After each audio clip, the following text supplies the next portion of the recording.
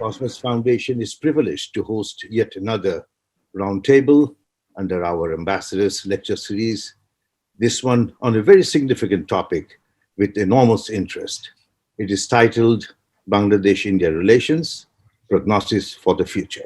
We are deeply grateful to our distinguished keynote speaker, High Commissioner Vikram Doraiswamy, for his valuable time. We're equally thankful to our array of discussants, each one an illustrious name in the region. Ambassador Tariq Karim, Professor Raja Mohan, Dr. Debopriya Bhattacharya, Ambassador Srinivasan, Professor Imtiaz Ahmed, Major General Munir Zaman, Mr. Ravi Valo, Dr. Fahmida Khan, and Brigadier General Shahidul Anam Khan. They do us great honor by their presence on the panel. All of us are aware that we're in the midst of battling the second wave of the corona pandemic. We'd like to express our solidarity with India during this difficult time. We will continue to be there for each other in whatever way we can in order to overcome this crisis. I'm sure the day is not far when we do defeat the virus, just like we have fought together before and emerged victorious. Bangladesh and India share a civilizational link that dates back to prehistoric times. Both have a shared history, common heritage, and a strong cultural bonding that includes a passion for literature, music, and the arts. It's not a surprise, nor an accident, that the great South Asian polymath, Rabindranath Tagore, has penned the national anthem of both countries in a similar, mellifluous, and tilting strain. The relations between Bangladesh and India are based on fraternal ties and reflective of an all-encompassing partnership based on sovereignty and equality. India and Bangladesh have diligently forged a warm and friendly relationship that has been described as a textbook example of a neighborly relationship. Recent years have witnessed what has been described as a golden age in the relationship, and Prime Minister Modi's attendance as the most honored guest in Bangladesh's Golden Jubilee celebrations of independence served to underline that fact. Having said that, let me borrow an observation from the current Indian High Commissioner to Bangladesh, our keynote speaker at today's event, who on his arrival in Bangladesh last October said that even the closest relationships needs to be nurtured. That really is a critical point to remember for all who wish this relationship well. At a time when talks between India and Bangladesh on deepening ties may seem stuck around the issue of a fair distribution of the waters of Tista River, a recent World Bank report on the potential of transport integration in South Asia has come as a much needed tonic. The report states that seamless transport connectivity between the two neighbors has the potential to increase the national income of Bangladesh by 17% and India by 8%. Those are significant numbers and not to be scoffed at by either country. The World Bank also believes that bilateral trade between the two countries is at least $10 billion below its current potential. Unfortunately, it is impossible at the moment for relations between the two countries to escape the shadow of the pandemic, during which I find it's commendable that under India's neighborhood first policy, it ensured that vaccines would be made available to Bangladesh as and when produced in India. Prior to the second wave of COVID-19 setting upon us, the two sides had already started discussing cooperation in the post-COVID era, including vaccine issue, border management, trade and investment, water resources, security issues, power cooperation such as renewable energy, connectivity, development cooperation, and increasing people-to-people ties. The purpose we at Cosmos Foundation have set for ourselves is to focus on a set of new and fresh perspectives that unite rather than divide the countries and nations of South Asia, leading to South Asian unity. We have many problems and issues that do not recognize borders. Climate collaboration, water sharing, tapping of common goods, as in the blue economy, confronting pandemics and eradicating diseases, promoting our rich and artistic and cultural heritage, and sharing of data for academic research and scientific progress come to mind. We plan to bring together the best minds of South Asia and from other parts of the world who have interest in our region to help shape and broaden the canvas of cooperation focused on our common space. Where differences exist, we must think together how a confrontational path can be avoided and a mediatory approach adopted. Bangladesh and India and South Asia, given our shared history, have the potentials to be a model for all other nations of South Asia in crafting such a mutually rewarding relationship. It is our fond hope that the distinguished participants of this event would take this opportunity to further these goals. With these few words, I shall now hand over the microphone to Dr. Iftikhar Ahmed Chaudhry, a scholar diplomat, a former foreign affairs advisor, who continues to be our president and a distinguished fellow of Cosmos Foundation. Over to Dr. Chaudhry. Thank you, Anay. Thank you very much. And also for setting the tone of the discussions. I should like to cut to the chase immediately, but not before saying how beholden we are to High Commissioner Vikram Doraiswamy for consenting to be our keynote speaker today. We also have an intellectual battery of very high-powered personalities to share their thoughts with us. We are grateful to each and every one of them. It is not my intention, of course, to go into the substance of the subject, which I leave to the speakers, but I have been involved with it for decades, both professionally and as an academic, and would yield to the temptation of just saying a few relevant words. In many ways, Bangladesh-India contemporary relations, to my mind, are pretty much determined by factors that earlier drove the pre-partition Eastern Bengal's relationship with its demographic, linguistic, religious composition with the rest of the subcontinent, with the differentia that several components of the region are now sovereign entities. Hence, they are now interacting with external actors as well. China and the United States come to mind, adding to the historical complexities of the relationship. The challenge for both Bangladesh and India is to transform the geographical compulsions into mutual benefits. And for Bangladesh in particular, to evolve a pattern in which it can live in concord with, but distinct from its powerful neighbor. By now, Bangladeshis are already au courant with High Commissioner Doraiswamy's prodigious capabilities, his sharp intellect, his extraordinary energy, and edifying qualities of head and heart. I have known of him since he was a younger colleague of the Indian mission at the UN and have followed his career through friends and family. I like to affirm unequivocally that he brings credit to the profession of diplomacy. Few things have made me happier at this time than to see him as India's representative to my country. Vikram, you have the floor.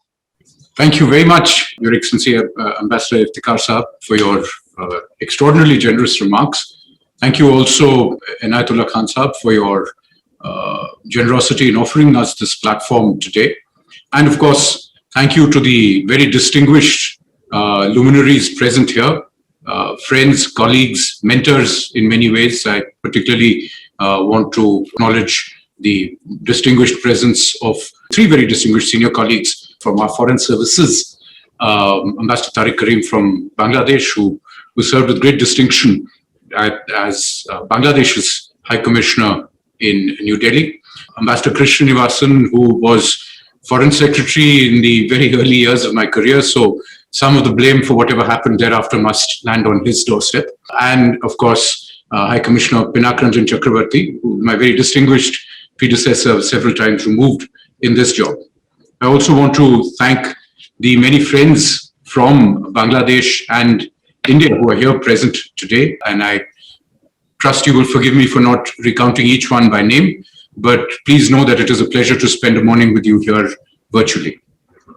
Thank you, first of all, for the expression of solidarity on the situation in Delhi. In India, in fact, I must tell you, I made a quick consultations visit to Delhi last week, and the situation is quite depressing. A lot of our colleagues in the foreign ministry have been afflicted by this dreadful pandemic and are at least on the road to recovery. I hope it won't be long before we are fully able to resume normalcy of work in our ministries and in our businesses across the board. But we are right now at the peak of what looks like an extremely difficult couple of weeks.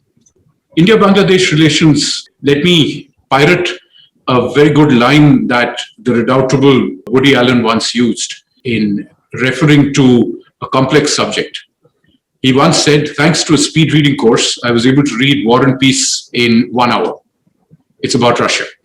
So the challenge of trying to summarize India-Bangladesh relations in under 20 minutes, and I promise to try and do it within that time frame, if not less, is that you run the risk of doing what is very eloquently described in Chinese as admiring flowers while riding on horseback. You tend to miss the wood for the trees.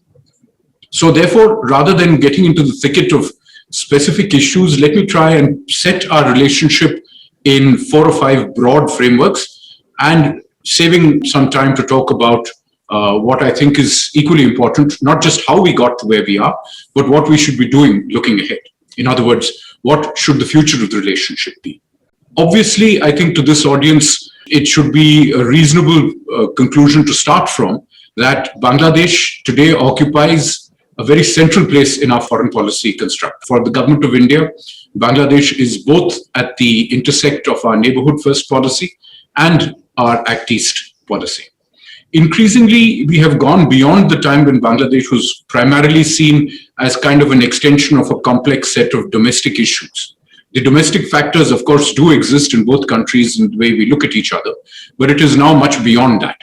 I think the effort in the last decade in particular to build an overlay of trade, of development partnerships, of cooperation in energy, and indeed to try and add more regional engagement to our partnership has actually worked in the sense that we are now looking at a relationship that is far more multifaceted than it ever has been.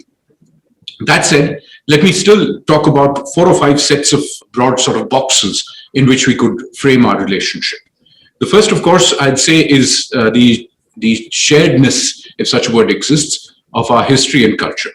But the independence of our 2 countries, and in particular the independence of Bangladesh, is a particularly important benchmark and a particularly important foundation stone for the relationship. And as was just said a little earlier, the fact that this is today front and center in sort of both commemorating the relationship and seeing it as a binding factor is very crucial to the way the relationship is taken forward.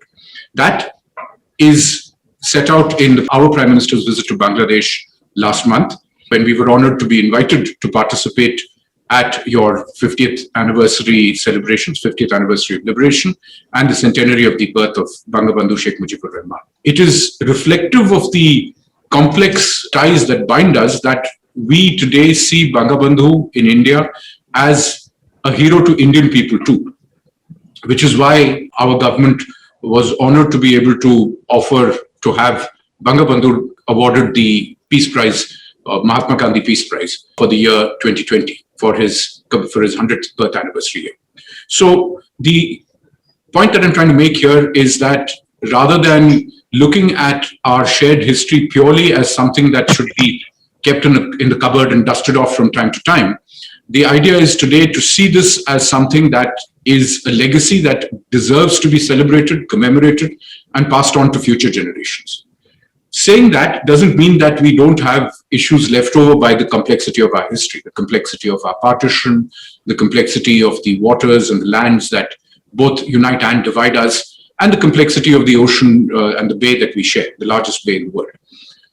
The effort has again been in the last decade, through a lot of statesmanship displayed on both sides, to find solutions that work mutually to address, howsoever feasibly, the many issues that arise from the sharing of river water, from the management of a common border, our longest borders for both of us, and of course for the management of the Bay of Bengal, for the shared waters of the Bay of Bengal. On each of these, we've made considerable progress. On some of these, we've made extraordinary progress. I think, for instance, the fact that we were able to resolve our boundary and actually exchange enclaves is something that few countries have been able to achieve across the world. And it is, in fact, probably something that deserves far more study globally than it has received.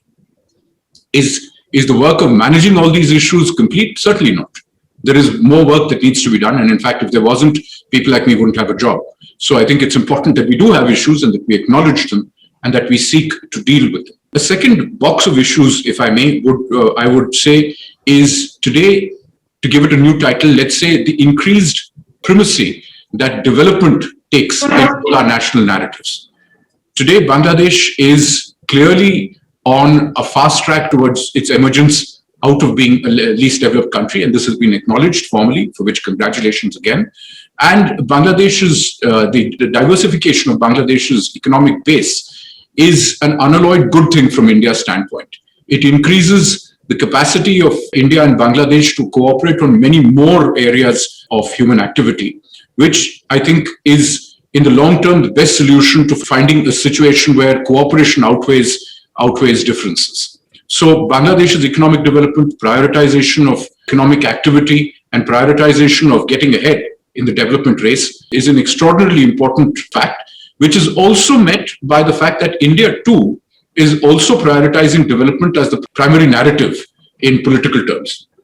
How successful our political narratives are in making development the first story is, of course, again, this is a work in progress, but I see this as a consolidated trend. It's a trend that is gaining force. With this, that means bilateral trade, bilateral connectivity, and our bilateral development partnership have taken on a far larger dimension. These, again, when we drill down, and we can do this in the discussion segment, there are issues that do need to be addressed, including the means through which the LOC's lines of credit that we have offered Bangladesh are picked up faster. To each of these, there are, of course, specific elements of detail. But again, as I've been saying, the broad trend line is towards more integration, more cooperative activity, and therefore more avenues of cooperation that help us transcend differences. A third block of issues that I'd say is a growing commonality of approach to security. With this, you could take the idea that both countries recognize the importance of managing narratives, looking at ways in which our security establishments, including our militaries, can increase cooperation.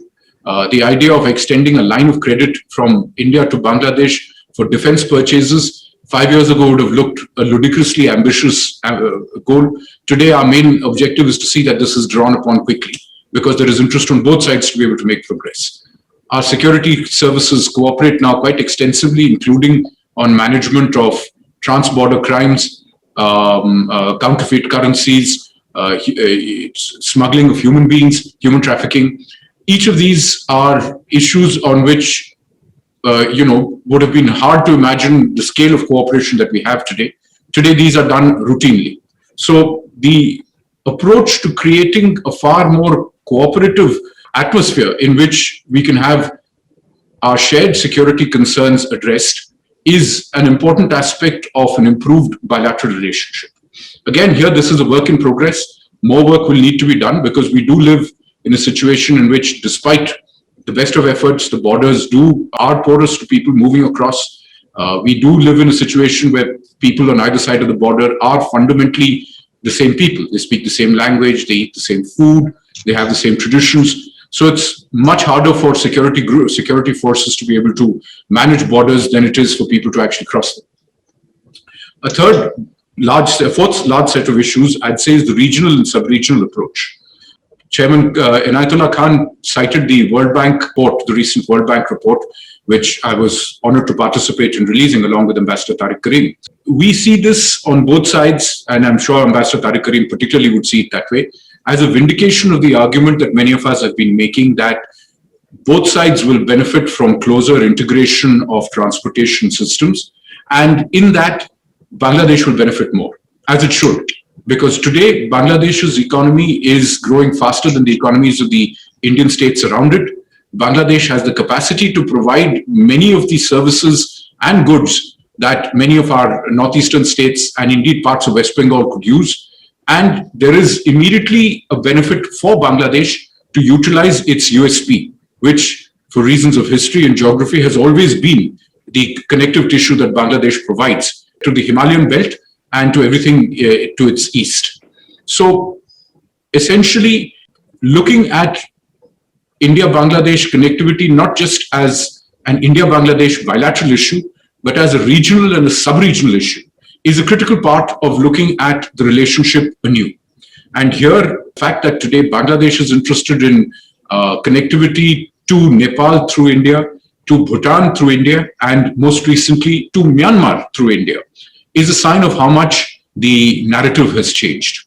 Because obviously, once it is desirable in Bangladesh to see connectivity for Bangladesh's benefit, then it is not seen merely as something only for India's benefit, which it should never be, because anything that is of benefit to both countries is a sustainable means of moving forward.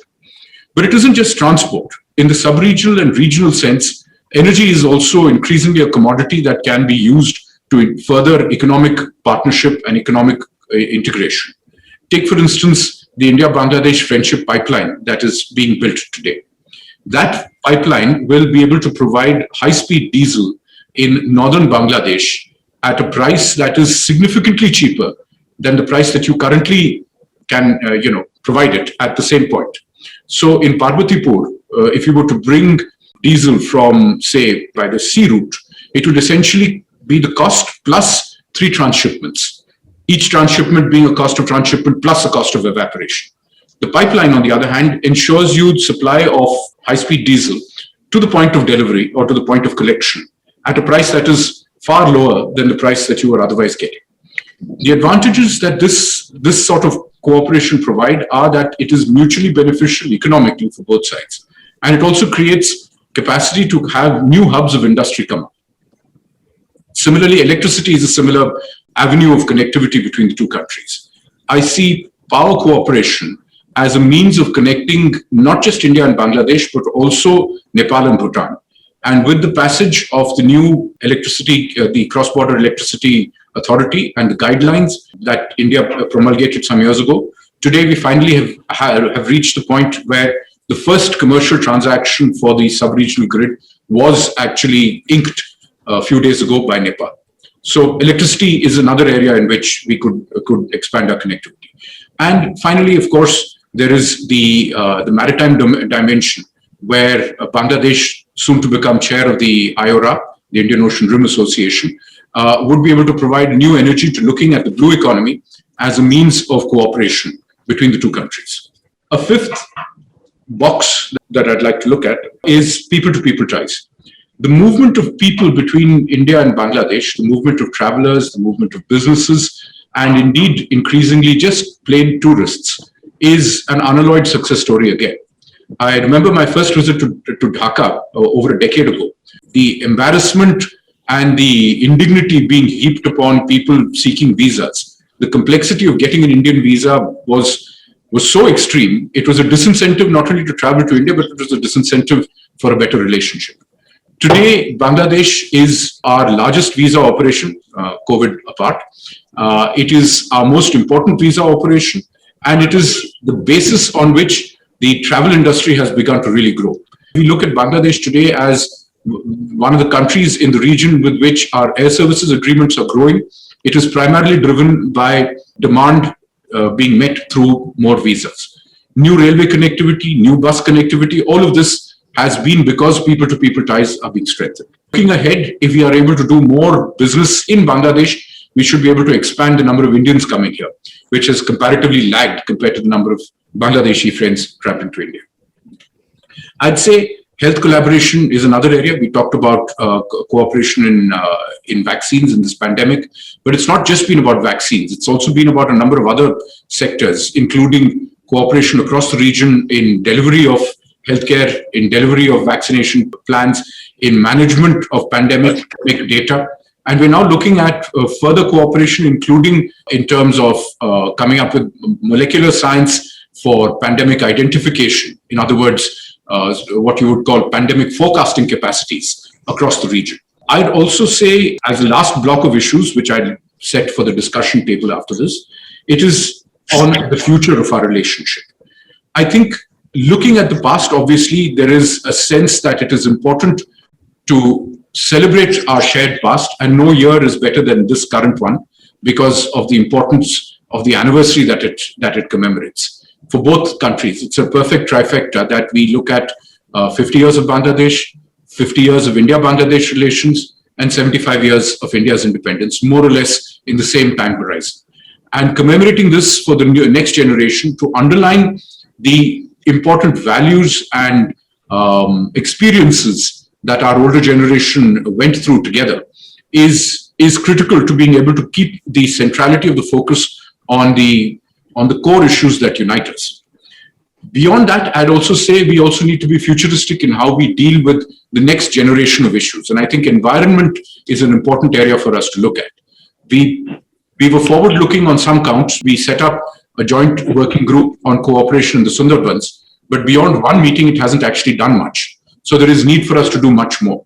Today, the Sundarbans is now looked at by the rest of the world as one of the world's most important carbon sinks. It is also a critical aspect of flood prevention, storm surge prevention, and it is also critical in the management of natural habitat for the flora and fauna of the region. So what could be better than our being able to cooperate on the Sundarbans in a manner like the Ramsar Convention by being leaders of it rather than people being enabled by outside partners coming to try and help us do a better job of conserving what is our own heritage. Similarly, water pollution. I think we have, with trial and error and with a lot of difficult learnings, the National Commission on the Clean Ganga, on Ganges Water Mission, has actually now come up with some very good workable solutions on management of effluent from dyes, from tanneries and stuff like that. Now, this is something we could work together with Bangladesh, where there is a challenge in Bangladesh in the quality of water, particularly around Dhaka, in the metropolitan areas around Dhaka. But equally, we could learn from Bangladesh in what you've done in terms of river course management, embankment management, management of chars. You've done a brilliant amount of work on the major rivers of Bangladesh, and we could learn from you in our rivers, particularly in the Himalayan belt in Bihar and UP. So, knowledge is one of those wonderful things that can flow both ways. And so we could actually look at some of our rivers from a more integrated perspective, something that I'm sure Ambassador Karim will smile about, where we see the totality of our rivers as a means of cooperating rather than as issues purely to divide us. We could look at renewables. Waste to energy is an important aspect for our urban centers. All our cities in South Asia are choking in garbage. We could actually do a lot better in terms of harnessing the capacity to bring waste, urban waste, into energy generation. And there are now economically viable schemes to actually do some of this. And of course, we should look at trade in a whole new framework. I believe trade will be potentially a key driver of our friendship in the future, especially if we focus on 3 or 4 areas in which Bangladesh could provide India a key base, shall I say, for value addition. One of which I've been sort of already pressing for some time is value add in food production. Today, both Bangladesh and India suffer from the same problem, which is that of the vast majority of the food that we produce, both for domestic consumption and even for export, both of us today export food, a very small percentage of it is actually value added in country. So there is huge opportunity for us to actually cooperate in value addition for export. A lot of Indian prawns, for instance, are exported to Vietnam, where they are sort of cleaned, packaged, value added, and exported out to Korea and Japan and places like that. These are elements that we could replicate here between India and Bangladesh. We could also look at our garments and textiles industries as a far more integrated chain. We will never be as competitive as you are in terms of production of RMGs, but we have the raw material in terms of cotton, we have fabric, and we have the capacity to be able to supply that in a more integrated manner and to have buyback arrangements with you for RMGs. So that would help create a far more virtuous circle in terms of cooperation. We could look at energy components, including refineries in Bangladesh that could provide energy products to the northeast of India, where there is considerable demand and there are significant challenges in being able to effect supply from, say, Assam down to Tripura or Mizoram and places like that. And finally, we could even look at the light industry and automotive industry, where Bangladesh's new automobiles policy is eventually intended to facilitate automobile assembly in Bangladesh. Now, logically, it makes sense if we have better transport connectivity between us, if we could actually create seamless integration between our automotives and component industries and the nascent industry here in Bangladesh, as a means not only of exporting into the Indian market, but also of looking at Bangladesh as an export channel to the rest of the world, where the benefits that you will get, that you will continue to get at least for the next 10 years and maybe longer, should be able to drive business opportunities as investment from India into Bangladesh. Let me stop with this. I think that's a long enough lecture to give anybody, particularly such a distinguished audience of so many of my seniors. But I would be more than happy to take specific questions on any of the particular verticals that I mentioned, and of course to engage in any specific requests for information that you might have. Thank you for your patience. I suppose the one virtue of the virtual medium is that it is very hard for you to display impatience. So thank you again for having me, and thank you very much for the quality of this event. Thank you, High Commissioner. I must say you have not only succeeded in riding the horse and viewing the flowers at the same time, but also framing a reflective picture. We note your invitation to the participants to focus on the future of the relations. I will now invite cousins one by one to make their presentations. It is now my enormous pleasure to call upon Ambassador Tariq Karim, someone I have immense regards for, to take the microphone. He has had an illustrious career as a diplomat, ambassador to Iran, high commissioner to India, among his posts, and now has emerged as a most reputable writer, commentator, and think tanker in Dhaka. Ambassador Karim. Thank you very much, Ifti. Thank you for Cosmos for inviting me, Inayatullah Khan for bearing with me. I want to first of all thank Vikram for an excellent, how shall I say, distilling the oceans into the water on the range of Bangladesh, India, distilling the oceans into a pond of Bangladesh, the gamut of Bangladesh-India relations. We have to start first with the premise, why should we have cordial relations and a good working relations at all? It's geography. It's unimaginable that two neighbors as we are, integrated geographically as we are by God and nature, should even dream of having hostile or adverse relations with each other. We have to learn how to live with each other, and the sooner we can learn how to do that productively for the benefit of peoples on both the sides, the better it is for both the countries. And in a sense, I would say that I think one of the reasons I would attribute to Bangladesh's phenomenal success, particularly in the last decade, is that we have managed to get our regional relations right after a long, long time. Without that, our energies and resources would have been spent on more negative pursuits. What this pandemic actually has done has brought us to a critical point of reassessing what we are doing and why we are doing what we are doing and why we are not doing certain things. One of the things I think we have discovered to our dismay is that we are totally hostage to value chains and supply chains that are global in nature, but we do not have them domestically or regionally. So I think we start with home. We start reconstructing these value chains, building them up and giving them sound resilience intrinsically. Internal resilience is something that ASEAN started with about 15 years ago, that we have to develop intrinsic resilience before we will come to a point where we will have a meaningful regional cooperation going. That should be our starting point. How do we develop our own value chains within our domestic spheres and then extend it to the regional spheres? Number two, we need to, I think one of the ways you do that is not only in the nuts and bolts of putting these value chains together, you also put in more GDP, more money where our mouth is, into research and development so that we can help each other pool our common research.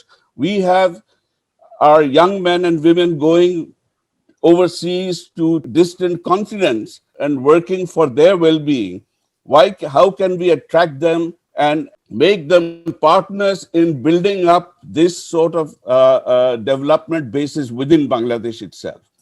Number three, the foundations for local and regional development we have to now think sub-regionally. We cannot exist in isolation where we are. And I think what Bangladesh-India relations did was actually restart the processes of South Asia growth quadrangle into BBIN. And now we are thinking of how we extend eastward through connectivity. We were a connected subcontinent. We decided to sever those connections ourselves some 75 years ago. Now we are grappling with how to reconnect it. We need to work together. I think Vikram mentioned a couple of points, and I will pick only on two of those. How do we transition now? We are thinking of energy grids. This is a dream I've harbored for the last 20 years. We are slowly seeing that actually happening with agreements or the beginnings of agreements being put in place. We can use this grid now to transition from dirty energy to clean energy. We have within our own bounds in this region, sub-region, sufficient hydropower potentials as well as capacity for harnessing wind and other modes to convert entirely or to a great extent from hydrocarbon fueled energy to clean energy and renewable energy. That will be a great help to the global efforts to combat the deleterious effect of global warming from climate change. We need also to have coordinated mechanisms for doing all this.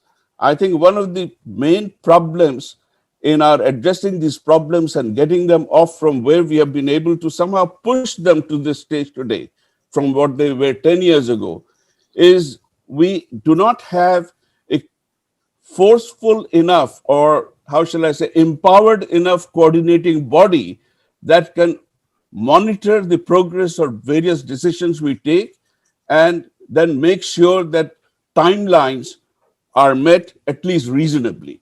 So I will stop with those few words because I don't want to exceed too much. I may chip in later on towards the end. Thank you. Thank you, Tariq. Thank you for those excellent remarks. And also, you're underscoring the fact that there is a need to reconnect in a way that where we had left off over 7 decades ago. Now, I have the privilege of calling on Professor Raja Mohan. Now, if there is a consensus in Indian foreign policy, it is on the fact that Professor Raja Mohan is its foremost analyst. So with those words, Raja, you have the floor. Thank you, Dr. Chowdhury. It's really, you're generous in your comments. I'm grateful for that. I also want to thank Cosmos Foundation for inviting me for this morning session with all of you. It's a particular pleasure to see so many friends around this panel, and many of you have been deeply involved in transforming this relationship. So I hope to learn as much by just being here today with all of you. The High Commissioner, in his speech, has covered a vast ground, and many of you know the nitty-gritty of many of these issues. He also laid out, I thought, a forward-looking agenda for us to reflect on where India and Bangladesh can head. In the limited time that I have, let me just focus on 3 issues and make some brief remarks. One, I think, both the speakers before me, the Ambassador Karim as well as Ambassador Doraiswamy, both have mentioned the extraordinary transformation of the relationship in the last decade. It's easy to forget this because one of the tragedies of diplomacy is once you achieve the impossible, nobody's going to remember that, because it's taken for granted. But how we got there to move from a very difficult situation, move from the impossible to the routine is quickly forgotten, and very few people have time for how we got there.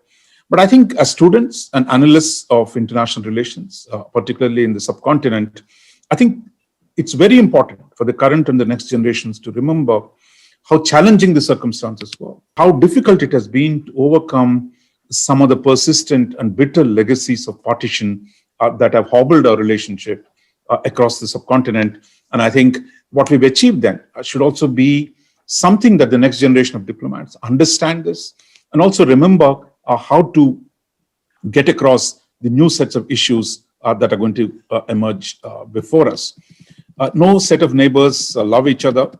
And if you're children of partition, it's even harder. But I think the past is never really past. For all the transformation that we've achieved, the past is going to keep coming at us. And therefore, to keep making a steady advance, we must continue to remain deeply sensitive to the past and the lessons and the dangers that the past reminds us to make sure that we do not slip back slide from the progress that we made and are limited in making new sets of achievements in the bilateral relationship. Of course, there are outstanding issues. The river waters issue has been mentioned, the trade, the movement of people.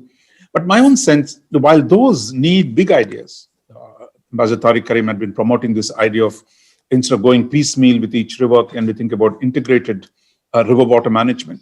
I think some of these ideas, I mean, we need to work on that. I mean, those who are outside the government, those of us who are today populated the think tanks, we need to come up with the potential pathways in which this can be done.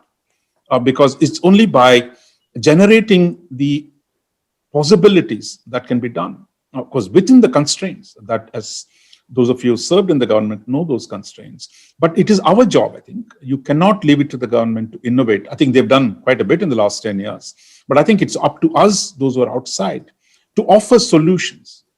And while we need to be critical as outsiders, that criticism for the sake of criticism, without laying a positive agenda and the pathways to achieve that positive agenda, I think really our contribution will be really a negative one. So therefore, it's important to think big, and that job must necessarily be done by think tanks, because the politicians, the media are always going to be in a critical mode. But I think constructing possible pathways forward is the job that academics and think tanks must need to do more. While we think of the big issues, it's also important, I think, to think about the small issues, because it is the small ones that make immediate difference to people. How we cross the border, how easy it is to get visas. High Commissioner talked about it. Trade facilitation, ease of doing business, liberalizing a whole range of welter of bureaucratic constraints that we've set for ourselves, cabotage laws, on coastal movement, the hundreds and hundreds of these, and that removing these obstacles that have come and creating a modern set of interactions, creating a set of arrangements for facilitating a modernization of our contacts is critical. Therefore, as much as big things are important, the small things too are even more important. And I think we need to come up with constant solutions to those kind of issues. And finally, the new issues that come up. I mean, I fully endorse the idea of the High Commissioner that maritime and the Bay of Bengal today provide us an immense basis to think about how we expand our regional cooperation beyond the land-based BBIN system to a broader maritime domain. Because as Bangladesh rises, as Bangladesh becomes a large economy, its dependence on the waters of international trade is going to grow. And India's own expanded economy. Today, we need to do more on the seas. And there, I think, the issue of climate change was mentioned, the issue of mangroves, health of the oceans. I mean, I think we already have huge problems in the Bay of Bengal. That we need to do a lot more on ocean health, that we are many organizations we are part of, whether it's the Commonwealth, whether it is IORA, a whole range of groups have talked about this, but I think we need to start coming up with specific ideas in terms of how do our navies, how do our coast guards work together to produce real maritime security, not merely on the defense side, but also on the non-traditional threats that are beginning to dominate our region. So my time is coming up, but I would just conclude with one important thought on the digital question. That India has advanced considerably on the digital side, and Bangladesh is probably being underestimated in the world, that its possibilities as a digital economy, the kind of innovation that is going on in Bangladesh. Here, I think the extraordinary talent, and it's not limited to India, and I think it's common across the region, whether it's Pakistan, India, Bangladesh, Sri Lanka.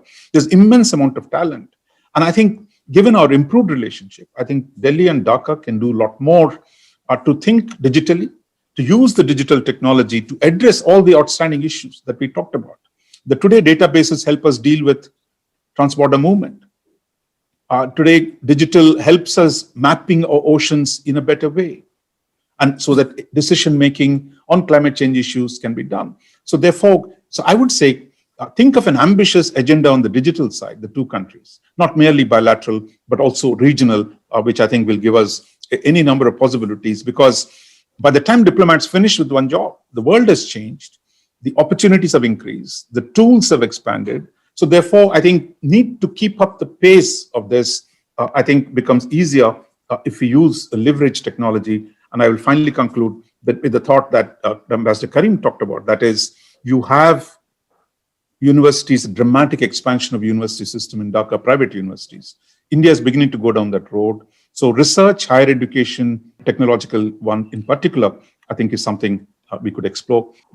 Thank you for those profound remarks, all, of course, framed within the 7 minutes. Now, Professor Imtiaz Ahmed, hugely recognized political scientist of regional and global fame, a dear friend and colleague with whom I share alma mater in Dhaka and Canberra, albeit several years apart. Imtiaz, you have the floor. Thank you very much, Takar Bhai. And thank you, Cosmos and Inayat Bhai, for giving me the opportunity to listen to High Commissioner Vikram Doraisama's excellent presentation, actually where we need to focus so that our prognosis of the future can be credible and we can make good use of it. The first one is, of course, geopolitics. Now, when we talk about geopolitics, people would say, okay, it has been here for centuries, so what's so new? Here, one has to understand it is humans which create geopolitics. Geopolitics does not create humans. This is absolutely fundamental. The reason why Bangladesh is now given geopolitical importance, geographically we were here, politically we were here, but the point here is since we have, which the High Commissioner has alluded quite well, that since it's a development relatively much better than in 1971, we are no longer there. Since there is honey, Nazim Hikmat, the Turkish poet, used to say, there is honey in my pot, bees will come from Timbuktu. So here the bees are actually coming back to Timbuktu. But don't miss on that, because in 18th century, China was the largest economy in the world, and undivided India was the second largest economy in the world. And in that undivided India, Greater Bengal was the richest province. So what we have today is the re-rise of China, I would say, re-rise of India, as I will say, also re-rise of Bangladesh. Though we have a cartographical massacred Bangladesh or Bengal, mainly because of the British colonial fear of the Bengalis, and we can have a big deliberation on that particular thing. So first thing to remember is, in this geopolitical transformation where humans have made a difference, will continue to make difference if we can keep the growth momentum on. And the pandemic, at least the first wave, has shown that Bangladesh has managed relatively well, I would say. They made a series of what we call errors. Even in the second wave, I think, and I made it even public that some errors, but still we can say that if this honey can be built further, definitely more bees will start coming from Timbuktu, from many places of the world, as it was the case back in 18th century. But since we have the lesson of 18th century, since we have a lesson of colonialism, not only the 190 years of colonialism of Britain, but also the 25 years of colonialism of Pakistan, people forget Bangladesh is actually an exception to the South Asian, in many ways. One particular, we are the only People's Republic in South Asia. There's no People's Republic in South Asia. And we are the only country in South Asia which actually fought a liberation war where the military and the people got together. Even myself, I left my parents. I was just at class 9 students, but left my parents and went to Agartala to fight the battle. So it's a different one. It's a different from rest of South Asia. So one is geopolitics. This we need to keep in mind. And here I have to say the two-nation theory will not work. This has not worked with us back in 71, and I can put all the knowledge that I have. The two-nation theory is really bad for health. This I think we need to keep in mind, and also the politics of singularity. If whether Bangladesh or India or any country in the world think that I will develop and I will not allow others to develop, that is not going to work. The second one is there are two ways to develop, actually, if you look at civilization, whether you want to focus on abundance or whether you want to focus on scarcity. Somehow, because of the discipline of economics, we have been increasingly focusing on scarcity, and that's where economics discipline originated from. But I think the time has come to focus more on abundance. Now, when we say abundance, when it comes to Bangladesh and India, there are two abundance we need to focus on. One, of course, is the people. It's in abundance. And other is the water. Rohingya issue has nothing to do with Bangladesh, Myanmar. It has to do with Myanmar and Rohingyas. And this is the refocusing that is required, even not only for India, I think also for Japan, for China, and for many countries, that it is not the Bangladesh, Myanmar. Rohingyas are spread in 19 countries in the world, and so it is a diaspora all around the world. And so yes, we have the largest number, that for sure, but we can handle it. We have handled it last 3 years. We have handled 300,000 since 90s. We can handle. Bangladesh is enormously, I think, have a collective resilience issue. And this goes back civilizationally. Bengalis have always welcomed people from outside. It's a civilization strength that we have. And the third one would be on the issue of science and technology, including the point that Raja Mohan was making on modernization of contact is critical. Things are changing so much. I think the whole education, national education has become meaningless. You need a post-national education, something we thought that we would be doing with South Asian University way back. I was a part of that team also, but unfortunately it has become more of an Indian University of South Asia rather than a South Asian university. So here, I think the time has come for us to rethink, be imaginative, and I would end with, both Lao Tzu and Einstein say the same thing, that chaos is an opportunity, creates an opportunity. So here, pandemic is definitely a chaos, and I think it can create opportunities. I'll stop here. Thank you very much. Well, thank you, Imtiaz. I thought very well structured between those three sets of issues: geopolitics, balance between abundance and scarcity, and also science and technology, the real focus. Now, Dr. Devapriya Bhattacharya, who actually earned his spurs as an economist, but I can vouchsafe for his acumen as a diplomat. He has been, to my mind, one of our foremost ambassadors and permanent representative to the UN in Geneva, WTO as well, and chaired important committees of UNTAD. Devapriya, you have the floor. Thank you, Your Excellency. Thank you. I have had the privilege of serving under you as the ambassador in Geneva. So I do fondly recall the time we had together in different forums. It's a pleasure and privilege to be here today. And thank you, my good friend Inayat, for inviting me over here to this August gathering and on a very relevant topic. I think a very topic which is close to all of our hearts in many ways. Now, if you look at the Indo-Bangladesh relationship, each of us has our own way of cutting the cake. Let me make my 3 slices in the cake. The first one is that we have the leftover issues. The leftover issues are very well known. It is the water issue. It is also the border security issue. So there are the leftover issues which we will have to deal with. Then in my mind, then we have our built-in issues. The built-in issues are essentially the trade, investment, connectivity, and all other issues, the built-in issues. We cannot escape from these issues. And then the third set of issues are the emerging issues. I think the High Commissioner has excellently put forward those emerging issues, starting from life underwater to IT to other financial inclusion and many other issues over there. So we have the leftover issues, the built-in issues, and of course the emerging issues. Now, if you look at the current situation, what is important at this moment, we need double triangulation. The double triangulation is that we need a framework within which all these three types of issues can be addressed. And we need a framework within which will also address the current emphasis of our cooperation in the economic front. Our cooperation in the economic front in the recent past, where in the last 10 years, when we have achieved quite a lot, has moved from trade focus more to connectivity focus. And possibly, and when I say one or the other, it doesn't mean it is exclusive of one or the other. It is also happens, it is simultaneous parallel strands are there. But if you look at the focus, what is important to make the next step, moving from trade to connectivity to investment focus. That is the production value chain issue, which has been mentioned so much by Ambassador Tariq Karim and the High Commissioner himself.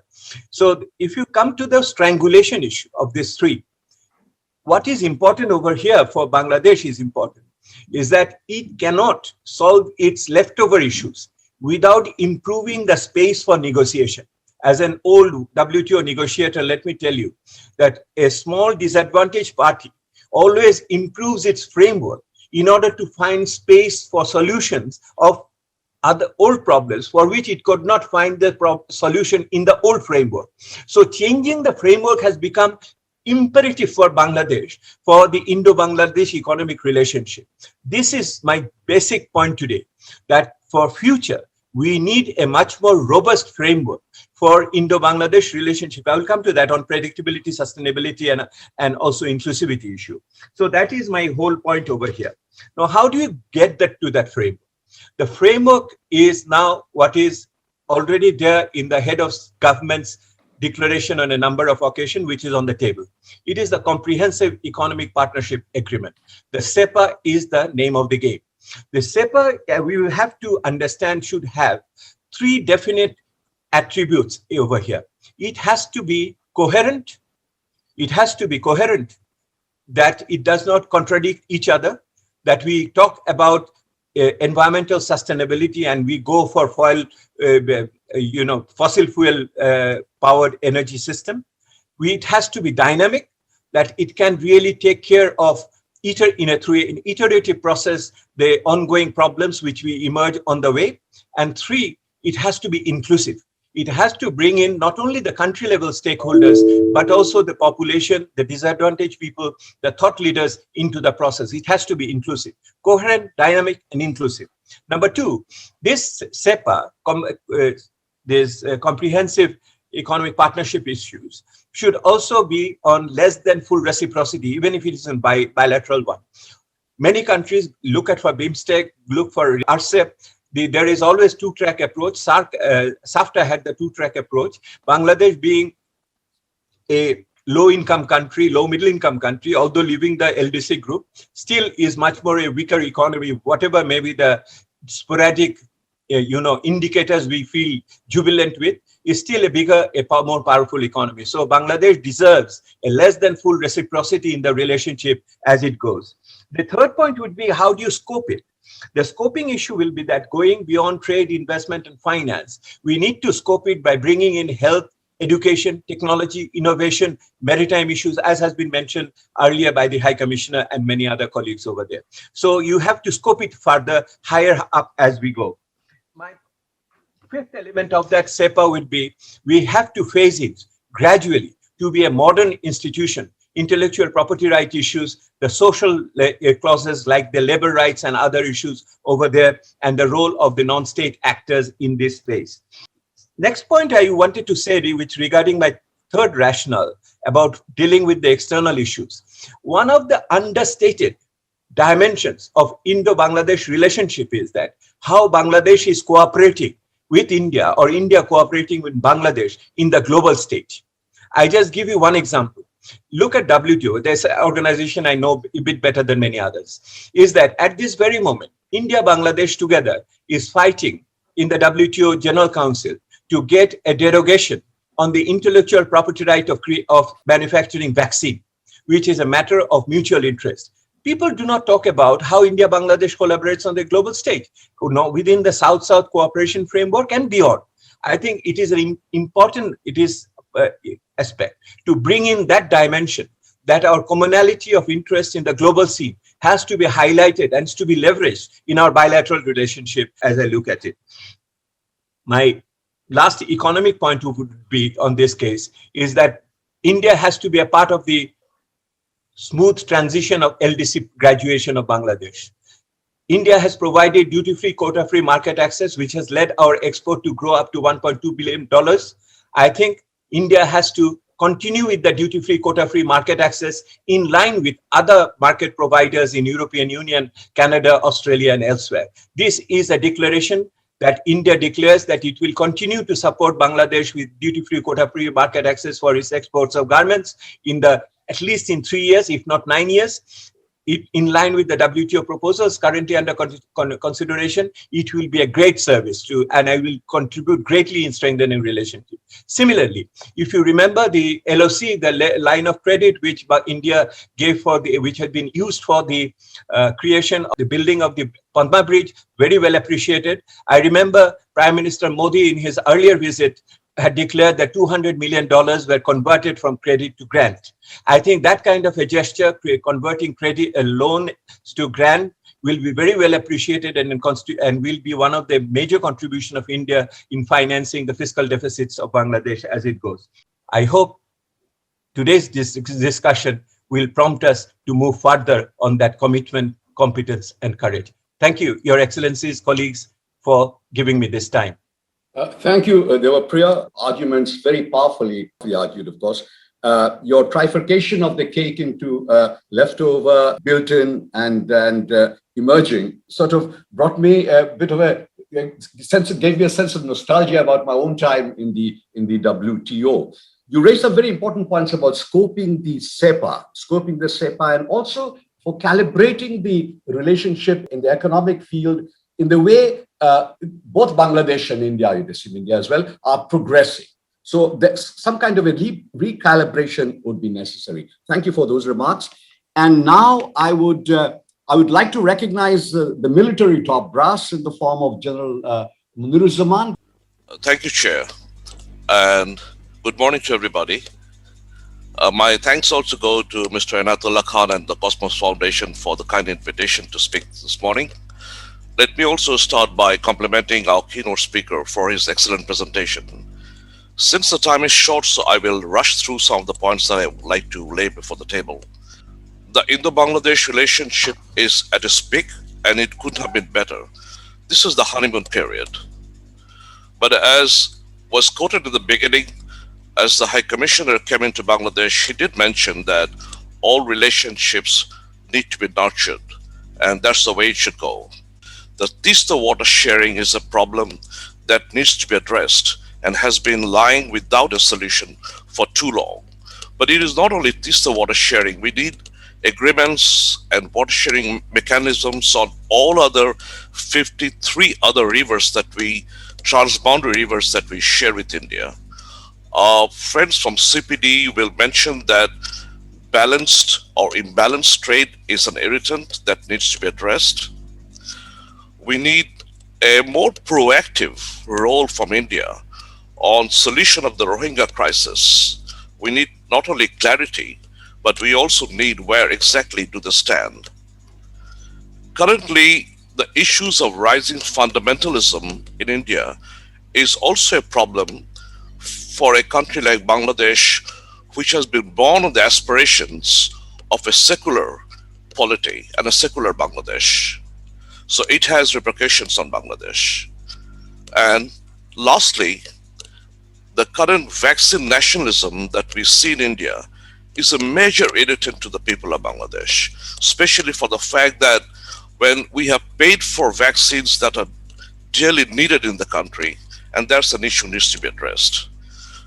There are also issues of internal politics that has implications on our bilateral relationships like NRC and CAA. They need to be addressed. We certainly deserve mutual respect on both sides, and irresponsible utterances by leaders on any side is a major obstacle in building relationship on both sides. We have to work more closely on climate change issues because we are both frontline states with the challenges of climate change, but we are not addressing them at all. I will give you just one example. We are faced with the great challenge of sea level rise in both countries, particularly Bangladesh, which is likely to lose 17 to 20% of its landmass due to the rising sea if there is a 1 meter sea level rise. The Bangladesh country strategy paper indicates that will create a climate refugee population of 25 to 30 million people. Where will they go? Will they be absorbed internally, or will it result in transboundary migration? Those are the issues on which we need to sit together and address them as regional stakeholders. We need to work together on disaster management, which will become a more critical issue as climate change progresses further. There are issues of great cooperation potential for ecological balance maintenance and biodiversity, and the Sundarban offers an excellent opportunity for that. We talked about water management, which will become a more thorny issue in the future. The issues of Brahmaputra water, the issues of other transboundary water have potential of not only building tension, can also go up to the level of a regional conflict or a hydro conflict. And therefore, we need to work closely on basin management of water in South Asia. I strongly believe, as has been mentioned, that there has to be more cooperation in the fields of science and technology. But my thoughts are more into the future, where we should work together to build more cooperative mechanisms in the fields of AI, robotics, and data science. In all these fields, other countries are going forward at a pace that we will not be able to catch up unless we cooperate together. We have not taken the youth of our countries as a factor of our relationship. These are very young countries where more than 40% of the people are in the youth category, and they have to be factored in big time if we have to build a sustainable relationship. And as we interact extensively with the younger population of the country, I see there is a mismatch in our priorities and perceptions and their priorities and their perceptions in building a closer bilateral relationships between India and Pakistan, India and Bangladesh. We need to work more closely on maritime cooperation and the aspects of blue economy. We need to build a better strategic communication platform, and that is essential. And that is something on which we have not devoted any time altogether. We need to work together on the aspects of social media, for example, to build a better understanding with our people. India and Bangladesh can also work very closely on NTS issues or non-traditional issues that touch everybody's life every day. So this is a region in which we should work on food security and energy security and a number of other transnational security threats that face the region. Very pertinent points have been mentioned by my friend Dr. Imtiaz on education cooperation, the concept of South Asian University, and those are areas where we have scope to work together again. We need to work together on energy cooperation, particularly because we are a grossly energy deficient region, mainly for the reason of lack of cooperation. We have the resources, but we have not harnessed them. So it is time to work together for energy cooperation, in particular in building clean energy cooperation. An aspect that I would like to lay special emphasis as we build more cooperation platform is cybersecurity. We are both extremely vulnerable, and we are moving at a pace on which we are not keeping pace with this aspect at all. So let's look at more cybersecurity cooperation. And lastly, we should also look at sub-regional cooperation, and some of the sub-regional cooperation initiatives have not progressed in the manner that it should have. I particularly would like to mention the aspect of BCIM and BIBIN. These are platforms that should be again nurtured, and we should progress on those areas. And finally, we are both peace-loving countries with tremendous cooperation to international peace and stability. We must work on those areas so that we can be the world's biggest peace builder. With that thought in mind, I thank you all for very patient hearing. Thank you. Thank you. Thank you, Munir. That was a very important contribution. Now move to Dr. Famida Khatun. Dr. Khatun is an economist of great merit and perspectives. She is the executive director of the Venerable Center for Policy Dialogue in Dhaka. Famida, you have. Thank you, moderator Dr. Iftikhar Ahmed Chaudhary, and thanks also to the Cosmos Group and Mr. Inayatullah Khan for inviting me to this very important discussion. The relationship between Bangladesh and India covers a wide range of aspects, including trade, investment, power and energy, communication, health, education, culture. So, and the collaboration between the two countries is also perceived as an important factor, not only for the two countries, but also for enhancing the South Asian cooperation. And in the recent years, we have seen that the evolving dynamics of Bangladesh-India bilateral relationship has entered into a new terrain. And this is due to the important changes that have taken place and the significant developments that have taken place on a number of areas. And the new dimensions which have added into the discussions, in addition to the traditional issues, and those new issues have featured the discourse of the discussion on bilateral ties between the two countries. Many of these are economic and political in nature, and some have critical geostrategic relevance.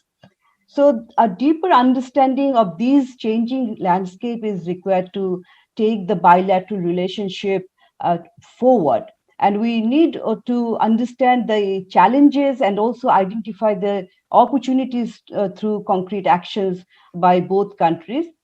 From Bangladesh's vantage point, the closer ties with India is important from two interconnected perspectives. Firstly, the issue of harnessing advantages of closer bilateral cooperation. And secondly, leveraging this cooperation to ensure strengthening regional and global integration of the economy. And this is particularly important for Bangladesh at this point in time when Bangladesh has embarked on graduation, in fact, on dual graduation from lower middle income country and also graduation from the least developed country group.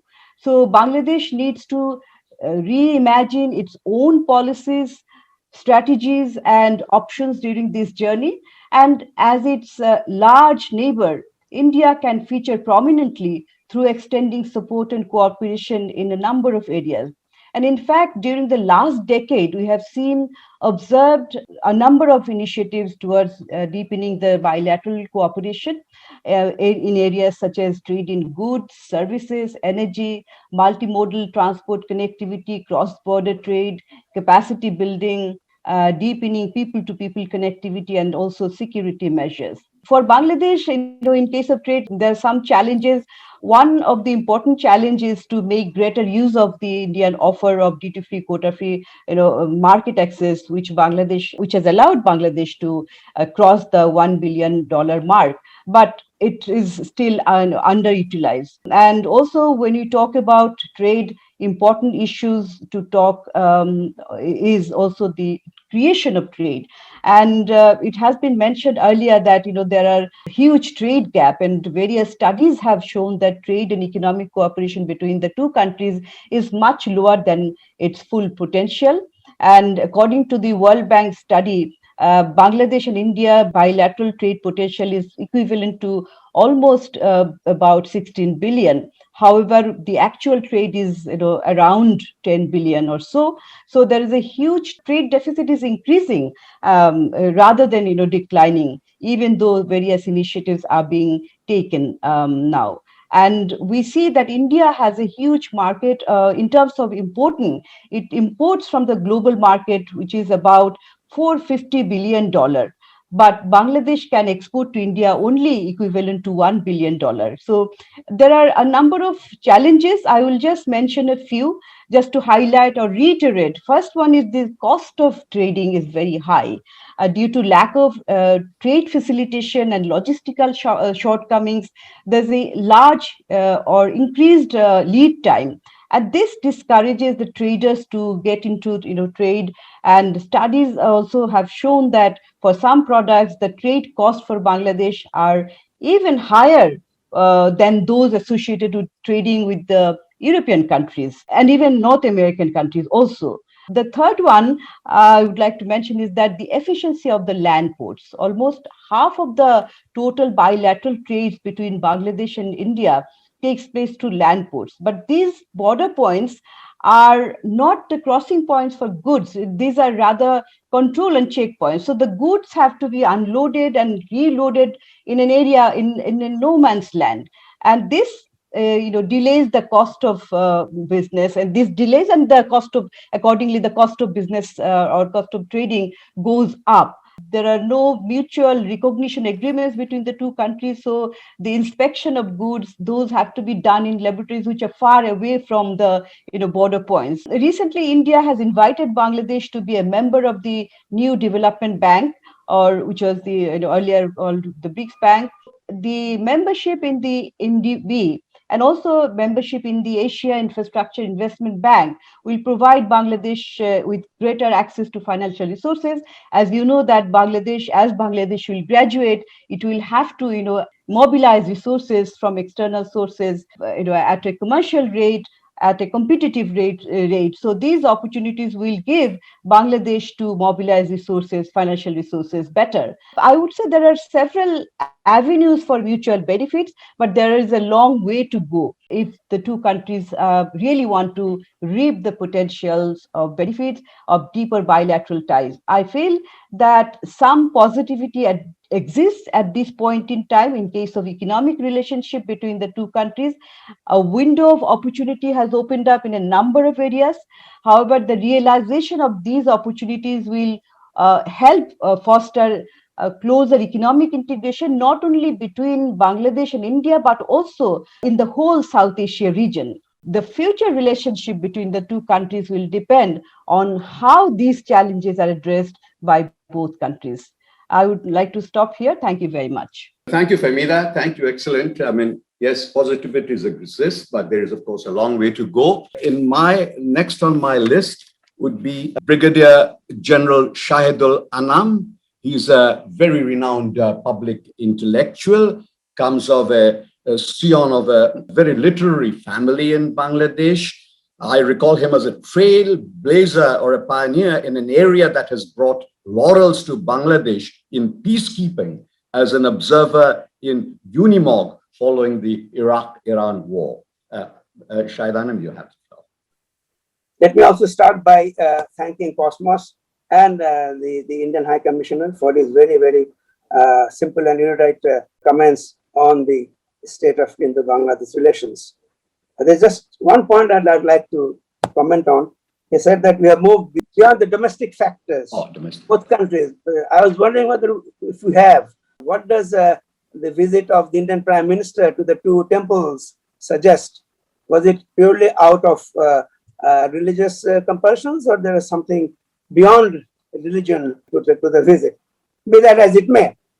Let me start by touching on the pandemic and COVID-19, because it holds some very important lessons for us, as my subsequent comments will signify.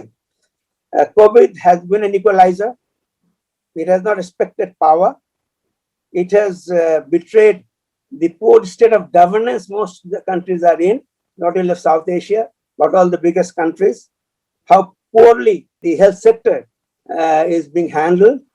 And the focus has again come on the people itself. It is the people's security that is very important.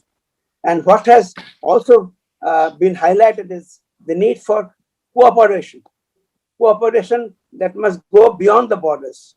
Cooperations that must not be restricted to our very, very subjective perceptions.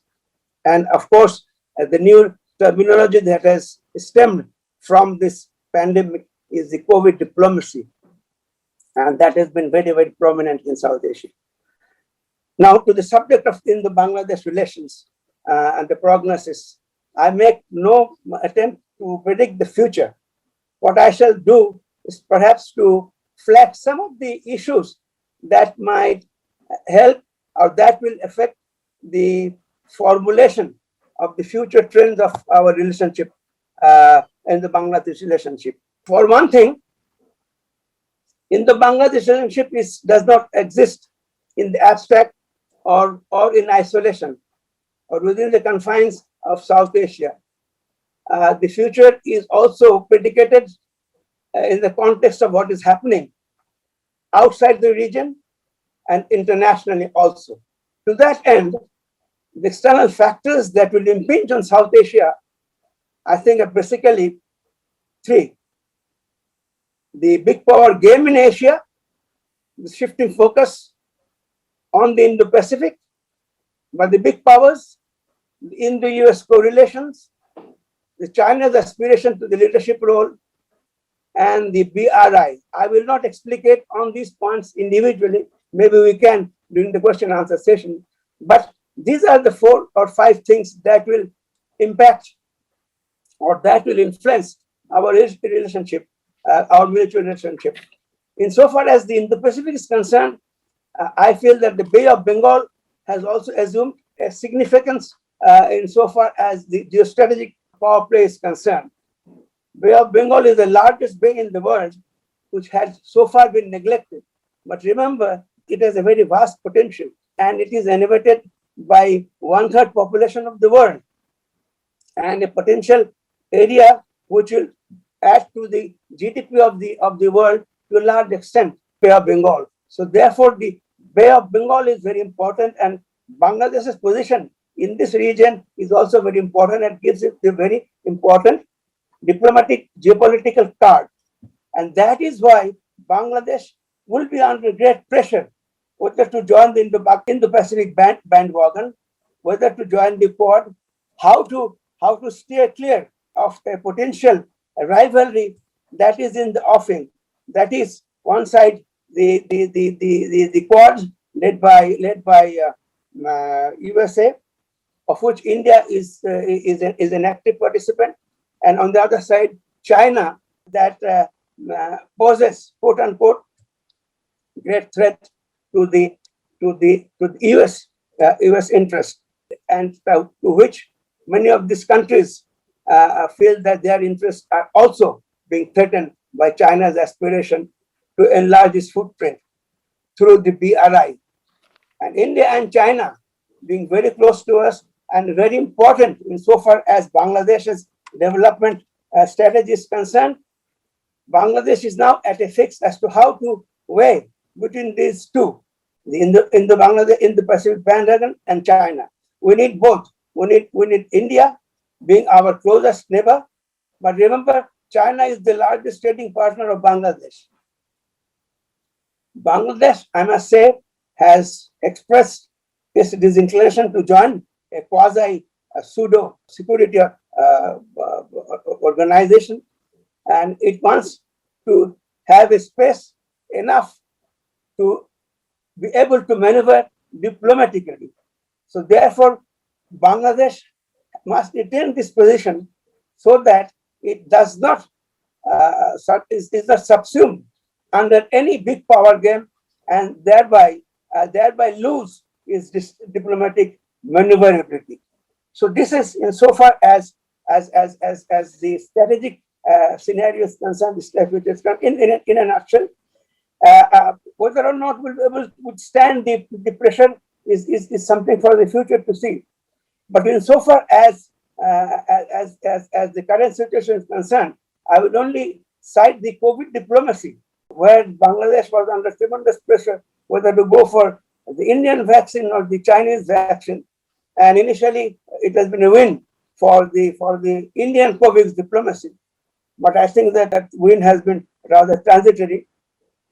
Bangladesh has launched the lesson of not to put all its egg in one basket, and therefore keep all the options open. So that is the strategic aspect of it. I will conclude by commenting on what the Indian High Commission has started with. He said Bangladesh Indian relations is at its peak. I'd like to submit that there are two different perceptions of the relationship. One is the official perception, and the other is the popular perception. And the popular perception is framed by what is palpable. For example, the Tista, which is this resolution. For example, the comments that are made by the Indian leaders, very senior leaders of senior responsibility, is very, very, very denigrative. They stand on Rohingyas. I'm confused as to what is the Indian stand on Rohingyas, because as far as India's position in the event, it has been ambivalence at best. So therefore, the official and the popular perception should be both considered when you're talking about the Indo-Pak relations. I'll stop here for lack of time and maybe put in a few more words during the question answers or this common discussion. Thank you very much. Thank you, Shahid. You sort of broadened the milieu of Indo-Bangladesh relations to include other elements of global politics, and largely identified the challenge to Bangladesh as being able or deriving the capacity through this bilateral relationship to have this space to maneuver itself in relating to other external actors. Next, Ambassador Chris Srinivasan, many ways of doyen of Indian diplomacy, author, former secretary, former DSG Commonwealth, whom I've admired for a long time. And also, he, in terms of bilateral relations, has been a bit like Bhishma in the Mahabharata. He has had a long-term view of these relations, starting from the time when he was High Commissioner in Dhaka. Ambassador Srinivasan? Thank you very much. I'm delighted to be here in the company of good friends, Chairman Inayat, former Minister Iftikhar, and High Commissioner Vikram Doraiswamy, and especially since this is the 50th anniversary of Bangladesh independence and Bangabandhu's centenary year. Bangladesh-India friendship has been hostage to psychological and physical impediments and the vagaries of politics on both sides of the border. Every regressive action on one side results in reactions on the other side. This has been in full evidence this very month. Ill-considered allegations by high-placed ignoramuses is a case in point. Neither country should be an election issue in the other. If the next elections are years away in both countries, every prime minister should know that he or she has only a narrow window of opportunity, and it cannot be frittered away by irrelevancies and fake news. The separations of 1905, 1947, and 1971 still cast a shadow over the present. In this Bangladeshi generation, there are those who believe their existence as ethnic Bengalis is as important as the faith they practice. Such persons are opposed by fundamentalists who profess the notion of Islamic solidarity, for whom the break with India in 1947 was more significant than liberation from Pakistan. And they spurn the cultural and economic attraction of India. It may take several generations for the trauma of partition and the liberation war to heal. India must benignly influence and make sacrifices towards the positive outcome of that entirely domestic process.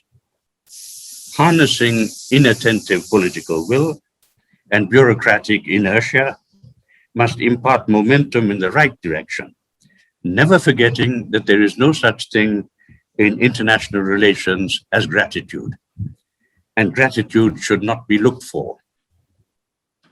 Short-sighted hardliners, Hindu chauvinists, and politicians with negligible stakes in bilateralism must be induced to bestow predictability on the relationship and strengthen economic, social, and cultural exchanges. Fundamentalists on both sides of the border must realize that there is no traction in their attitudes. The establishment of connectivities by land, river, sea, and air and free movement of commerce and capital will lead to development in both countries without any detriment to sovereignty and independence. Professor Rehman Soban has written that the big neighbor remains only marginally concerned with the small. This prevailing sentiment can only be overcome by diligent attention to detail. It is for influencers to keep New Delhi's attention fixed on Bangladesh's receivables from India. The stability and prosperity in Bangladesh are essential for Bangladesh, but also for India. And this is the hard reality. A Calcutta-based academic, Professor Om Prakash Mishra, once said that India should forget history and Bangladesh should forget geography. Actually, the inverse is also true. Bangladesh should forget history and India should forget geography. It is in India's self-interest that Bangladesh should not be India locked. In a globalized world, any sphere of influence is a misnomer. Every nation has multiple choices of friends, and India should accept that Bangladesh must have outreach to South, Southeast, and Northeast Asia. In any asymmetrical relationship, it is a given that failures in delivery by the larger party will always loom larger than its accomplishments. That is why the High Commissioners in New Delhi and Dhaka hold the two most challenging diplomatic assignments in their countries. Thank you very much. Thank you very much. And also thank you for vindicating me in the way I introduced you, my remarks. That was truly a sort of a bird's eye vision of the totality of relations. And you've been, I think, fairly balanced. You're absolutely right in recognizing that one of the, and this was brought up here, challenges for Bangladesh is to be able to widen its space of maneuverability without affronting any of the powerful neighbors. Not an easy thing to do, but even if this, while this is being done, we would require the assistance of the powerful neighbor, the elder, not necessarily the big brother, as is said in the Bangladeshi context. Okay. I have exhausted the list of the formal discussants at this point in time. I have some requests for questions from the floor. Not too many, we don't have enough time, 2 or 3 perhaps, but I shall begin by recognizing Ambassador Pinak Ranjan Chakraborty. Pinak was High Commissioner during the time when I was rendering public service in Dhaka. And I certainly like to believe that we worked together to sow the seeds of what we believe to have been the seeds of transformative relationship between Bangladesh and India a decade ago. Pinak, you have a question to ask, or you can make a remark in the next couple of minutes. Thank you. Yeah, Ivan Munjur Mazur, thank you very much for having me.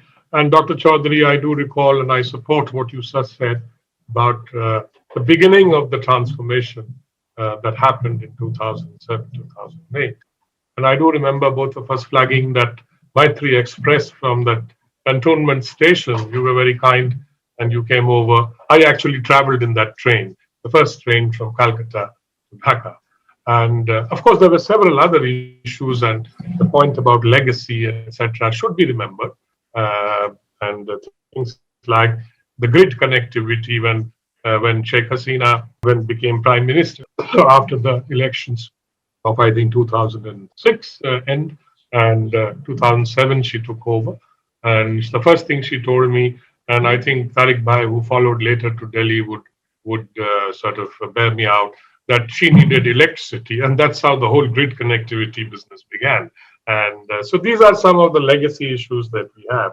I would like to make some points on 2 or 3 things that I feel are important. I have no questions, because if I start asking questions, it will be unnecessary. I think BIMSTEC and BBIN should go for more integration. We have the MBA, we have Bay of Bengal, we have on the economic side. I think infrastructure and connectivity we are doing okay. I think we are doing well, apart from trade facilitation where we need better facilities at the border. And I think one important factor which I don't think anybody covered is the special SEZs for India, which have been identified, and these would be very valuable in setting up the regional value chains or supply chains. Also, it will, if Indian companies can produce in the SEZs and export not just to India but to other places, I think Bangladesh's exports will help. The trade imbalance will also be addressed to some extent. I don't expect the trade imbalance to be addressed. We run a trade imbalance of $60 billion with China, so that's it cannot be done overnight. And the other thing, of course, is that in the domain of the seamless connectivity that we have always talked about, I think the MVA is a very important instrument, and the border bottlenecks can be dealt with some of that. But there are many issues on the border. Border management is there. One point I would like to make, because I hear it very often, this issue of border killings. I think this is a joint responsibility. Alleging and pointing fingers at India all the time does not help public perception in India, since we talked about public perception. I think we should get to the bottom of why it happens. And the fact is that these huge smuggling networks that operate on both sides of the border, there's a huge mafia operating on both sides of the border. And the informal trade, by the way, somebody mentioned that the potential is 16 billion. I think that potential was breached if you add informal trade into the mathematics of the trade. So I think these are some of the issues that one important factor, that is that the security of both countries have now become indivisible. And in that sense, I think we have to approach it from that mindset. Last point on water, and that is that we talk of sharing all the time, and which is a good thing. And but let's not forget the quantum. If X amount has to be shared, the X is going down, and for obvious reasons, climate change. And I think we need to look more holistically, and a lot of work is being done on this as to how to deal with the agricultural practices which consume so much of water, and of course the population rise and all those things. I think I look at the agricultural practices of flood irrigation, etc., that happen should also be looked at, and there are very, very important work is being done on this issue in the think tanks, of which I have been a part after my retirement. The SEPA is a very important, I think, step that needs to be taken, and we will, of course, have it in a manner that is perhaps non-reciprocal and asymmetrical, and include all the things like IPR and the other modern practices on other social and labor issues that we have. And the other, of course, in terms of the global stage, the cooperation at the global stage, I agree that we talk very little about it, and there is indeed a lot to be done. On Myanmar, my point is that India's ambivalence should be understood in the context of India's national interest. We cannot swing into absolute support and favor for Bangladesh, because I won't get into detail, but people who know will understand. We have insurgencies in the northeast. We have our own sort of problems with Myanmar. Hence, we have difficulty in sort of in dealing with the Myanmaris and on the Rohingya issue. The last point I would like to address is that climate change issues would be very, very important, in which pollution has been identified. I would add dredging to this, because the waterways cannot be sustained unless we do dredging. And dredging is an expensive exercise, and we already have identified channels. I think dredging is a very important aspect. And maybe the last, but another last point is that we need task forces for certain of these issues, like the SEZs, like Sundarban, for example. I've been dealing with Sundarban in my capacity after retirement in a think tank, and I find that where the very little progress that we have made is entirely due to bureaucratic inertia and perceptions of our legal positions on the Sundarbans. We just cannot find, a common ground on what to cooperate. I've been suggesting, let's at least do on conservation training, some things, tiger preservation, which is very important. Nobody wants to change the other's laws. I mean, we regard Sundarban differently in terms of our regulatory framework. Bangladesh looks at it differently. But yet, some of these things have not taken off. So thank you for having me. And those are my points. Okay, thank you for sort of your continued interest, by the way, in India-Bangladesh relations. I'm sure it redounds to the interest of both parties, track one, track two of both the protagonists in this area. Now, I understand that Masood, are you there? Yes, Masood Khan, I would recognize him, DMD of Cosmos. You have a question to ask, right? So go ahead with your specific question, Masood. Thank you, Dr. Iftikhar Chaudhry, for the introduction. So my question is, when we talk of bilateral relations, we normally speak of Dhaka and Delhi, but India has several states neighboring Bangladesh. Their interests can be and often are different from those of the center. So how can this complexity be best addressed?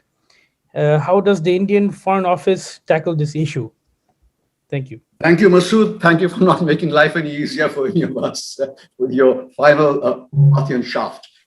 Okay, what I'm going to do now is, if none of you is raring to go with a question that you cannot but have to ask, I will give the floor to Vikram again for about 5-7 minutes in order to react to whatever he chooses to react to from the points raised in the discussions today. Vikram, would you like to do that?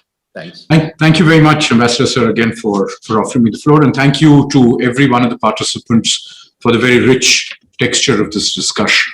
Let me be as focused as possible. Let me break down the issues that were raised that require reaction, at least as far as I can see, into 4 or 5 big chunks. First, the issue of matters on which there are differences of perspective, particularly raised by Major General Munir-Zaman and Brigadier Shahidul Anam Khan, and also touched upon in a few cases. Let me start with the trade basket. I think, as Fahmida ji just mentioned, there is a point here that the totality of the trade relationship is beset with a number of barriers. You can call them non-tariff barriers or bureaucratic barriers, but the trade, I was just saying, trade is constrained by a number of regulatory and other processes that are adding to cost, adding to time, and adding to and detracting from the value of trade. And this is there is a duality in this. We have prioritized road over rail, for instance, meaning there is greater inefficiency of the movement of goods, greater time taken, and far more subjectivity, because road-based transport is much easier to stop, and it is easier to then create additional regulatory processes, which include things like unloading and reloading trucks, which adds to cost. If we could prioritize rail and if we could prioritize inland water, we'd find trade goods becoming much cheaper. Similarly, coastal shipping. Coastal shipping has become a problem because we are unable to utilize the vast amounts of goods that Bangladesh ships out, usually to be transshipped a second time, either at Port Klang or Singapore or elsewhere. If instead we could use the unutilized capacity of Indian ports for moving goods to the west towards the Middle East, you'd find that there would be far more takers for coastal shipping, and it would also increase the quantum of goods and logistics in the trade basket. I don't deny that there are irritants in the number of trading issues that we have, but much of these can be resolved through far more coherent efforts to simplify the mechanisms and documentation required for trade. Bangladeshi friends may not recognize the fact that even today we operate on a positive list-based system rather than a negative list-based system for goods that come into Bangladesh. So, for instance, if you break down the borders through which trade takes place, in the Tripura border, in the Meghalaya border, etc., the balance of trade is quite heavily towards Bangladesh, but the goods that can be shipped the other way around are defined by name. So there are only 19 goods that can come from Tripura. many of which they don't actually produce. So, we really need to get beyond this by investing in far simpler trading mechanisms. On the subject of border killings, as was referred to by both the colleagues' former military backgrounds, as I have repeatedly said, this is a complex phenomenon that requires a far greater effort, including by district governance on both sides, by border guards on both sides, to work to keep people away from the border. Not every one of the deaths that is reported is the result of BSF action. Many of these are actually the result of criminal syndicates that are operating on both sides, where there is conflict. In fact, you can actually see the bores of the small arms that are used are not the same as those used officially by border guards. There is an abiding issue of trying to manage economic activity on the borders, which does need to be managed. And there is an abiding issue of managing the scale at which people are moving across the border. People do need to recognize that a fair number of the people who are killed on the border, most unfortunately, are also Indian people on the Indian side of the border.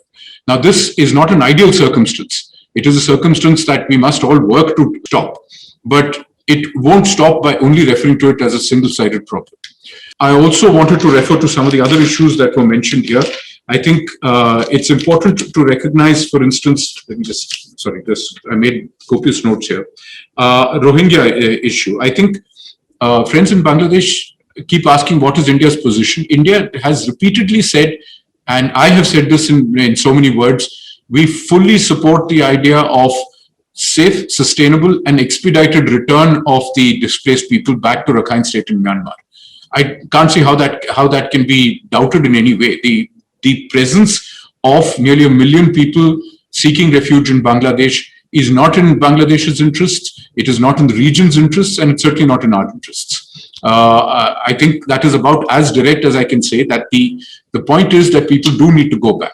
The question is how they go back and when they go back, and the circumstances in which, when they go back, their reintegration into the communities that they left is made feasible for them to not need to come out again. In other words, the sustainability of their returns. On each of these issues, we have said that we would like to help with both sides of the solution, including by facilitating the socio-economic environment in Rakhine State, so that people can stay sustainably in the places that they left. So, the issue here is, as Ambassador Pinnock said, we're not in a position to sort of make it a public discourse, but as somebody has wisely said, the distance from a problem the capacity to take unilateral positions is usually inversely proportional to the distance from a problem. It is difficult for us to take a unilateral position on any issue that is directly on our borders, given the complexity of it from our perspective also. On the subject of vaccines, I think it's important for me to underline the point that we have done our best to provide vaccines to Bangladesh, to all our neighbors, and also to other countries to which we have legal and commercially binding obligations, including in the UK, where the source for the AstraZeneca vaccine comes from. Now, the point is, Brigadier Shahidul Anam Khan mentioned that, this is some sort of vaccine diplomacy. To be clear, we did not, the agreement with the Serum Institute was struck directly between the Ministry of Health of Bangladesh through the Beximco company of Bangladesh. It was not a Government of India facilitated agreement. So, the alternative that we have consistently been offering is for the vaccine to which we have IP, which is the Bharat Biotech vaccine, which we offered not only to trial here in Bangladesh at our cost, but also to co-produce. That offer still remains on the table. And that indeed it is for Bangladesh to decide which vaccines it chooses to take. It can choose all the options that are offered to it. It can choose some, but this is a Bangladeshi sovereign decision, not an Indian decision. Insofar as availability of vaccine is concerned, well, I think it should be reasonably obvious that there is a major crisis underway in India at the current moment. We're doing our best within that current situation to make available vaccines and to increase the production of vaccines so that we have the capacity to provide not only our population, which is now unable to get second doses or even first doses, but also to be able to provide it to people to whom Serum Institute has commitments, bilateral commercial commitments or even legal commitments in the form of the COVAX alliance. Our capacity to do so depends on being able to access the raw materials and to increase production capacities, much of which is, I think, now in the public domain. On the subject of the Indo-Pacific, since that was also raised by Brigadier Shahidul Anam Khan, I'm not clear where we've ever asked Bangladesh to choose. The point about the Indo-Pacific is that it is an existing framework for consideration. It is not a quasi-military alliance. If it were, I wouldn't have expected Southeast Asian countries to be making a choice. Indeed, even we wouldn't be making a choice. Our entire point about the Indo-Pacific, if you see what our Prime Minister has said and what we have repeatedly said, is that it is a framework for consideration of cooperation that takes the existing geoeconomic realities into account, which is that the maritime spaces of the Pacific and the Indian Ocean are connected. And it is logical to consider them this way. After all, the Indian Ocean Rim Association currently is comprised of countries that are both Indian Ocean countries and Pacific Ocean countries. So in a sense, it already does exist. So to have your own perspective of the Indo-Pacific does not preclude maintaining your options of good relations with everybody, which is indeed India's perspective too. We have a complex but important relationship with China, which includes the fact that it is our largest goods trading partner. And the point specifically made by our Prime Minister is that we see this as an opportunity for more cooperation rather than less, and certainly not as a framework that restricts cooperation. The Quad is an entirely different framework of analysis, and last I heard, there was nobody talking about expanding the Quad. So that choice is not even something that comes into consideration. On water, finally, let me close with that. I agree with the perspective here that water does require to be handled in a far more nuanced manner. It is and will always be a complex and sensitive issue given the importance of demands both for drinking water and for irrigation in Bangladesh, but in also all the states of India. It should not, however, escape attention that water is a complex matter within the politics of India also. Where I'm from in southern India, Karnataka and Tamil Nadu, even before they existed as the current states, have been locked in litigation for over 100 years over the Kaveri River. This is not to say that we should follow that example. This is to say that we do need to recognize the sensitivity and complexity of water and to find better ways of dealing with water sharing as a means of reducing divisions between us. And I think Ambassador Tariq Karim's formulations during his tenure in Delhi and since then have been important ways of looking at water in which we can expand the framework of cooperation by recognizing both the abundances, as Devapriya said, and the scarcities. There are periods of great abundance where we've done well in flood control management. There are technologies and developments that Bangladesh has adopted that are extremely useful, including, as I suggested, embankment management. But there are also ways in which we can make water a more cooperative subject, where we look at ways in which we reduce the intensity of water requirement in our agriculture, in all our connected regions, in improving the recycling and the reuse of water, in improving the quality of water availability. All of this is possible if we stop looking at water purely as something that divides us. I think I've taken more than the allocated 5 minutes for responses, but if there is something further, Ambassador Sir, I'd be more than happy to respond again. Thank you. What are the High Commissioner and 2, 3, 4, 5, 6, 7, 8 issues he has just mentioned? These are, according to my classification, leftover issues. Most of them are leftover issues. I would be more interested at this moment to listen from him about a pathway to deal with the emerging issues. How does he look at the pathway, the steps forward to take this, the emerging issues and the new built-in issues in terms of what the triangulations about the trade, investment, and finance, and also going into the new issues, maritime and ITs and other things over there, so science and technology. So I'm looking forward to a bit more forward-looking perspectives from the High Commissioner. Thank you. Okay, I'll invite him to do that. And okay, Brigadier General Shahid Anam Khan. I just want to respond to the remarks that His Excellency made on the Quad and expansion of the Quad. I would draw his kind attention to the statement of the National Security Advisor, US National Advisor, on January 28th of this year, where he said that Biden administration wants to expand Pacific Quad relationship. So expanding relationship does not necessarily military expansion, but the fact that the Quad has very deep military connotations cannot be denied. Don't forget exercise Malabar in 2007-2008. The US Security Advisor is thinking of it, said that US is thinking of expanding the Quad. I'm quoting the Security Advisor. It's not my formulation. It is the US Security Advisors. Bangladesh wants to reap the benefits of the economic benefits of the Indo-Pacific arrangement rather than join in any form of any arrangement that will give the impression of a military cooperation, and that is poised against China. That was the point of view. Thank you very much. I just want to make 2 points, as my very respected colleague Chris Srinivasan pointed out. The job of the High Commissioner in New Delhi, Bangladesh High Commissioner in New Delhi, and the Indian High Commissioner in Bangladesh are perhaps the most challenging posts that these 2 countries have for the respective diplomats. Diplomacy and politics are both art of the possible. And what we tend to do is we have a plethora of agreements coming out, we raise a lot of expectations. Bridging the gap between the expectations raised and actually operationalizing what you have is sometimes where the pitfall lies.